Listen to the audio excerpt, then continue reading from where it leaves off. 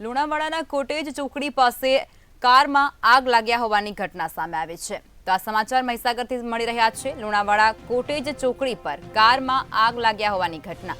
અચાનક કારમાં આગ લાગતાની સાથે જ અફરાતફરીનો માહોલ ત્યાં સર્જાઈ ચૂક્યો હતો।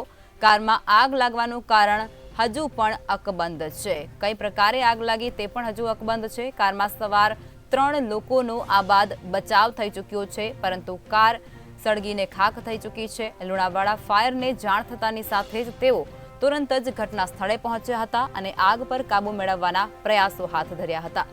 તો લુણાવાડા કોટેજ ચોકડી પર કારમાં આગ લાગ્યા હોવાની માહિતી મળી। અચાનક કારમાં આગ લાગતાની સાથે જ અફરાતફરીનો માહોલ ત્યાં ઊભો થઈ ગયો છે। કારમાં આગ લાગવાનું કારણ હજુ પણ અકબંધ જોવા મળી રહ્યું છે। ત્યારે કારમાં સવાર 3 લોકોનો આ બાદ બચાવ થઈ ચૂક્યો છે, પરંતુ કાર સળગી ચૂકી છે।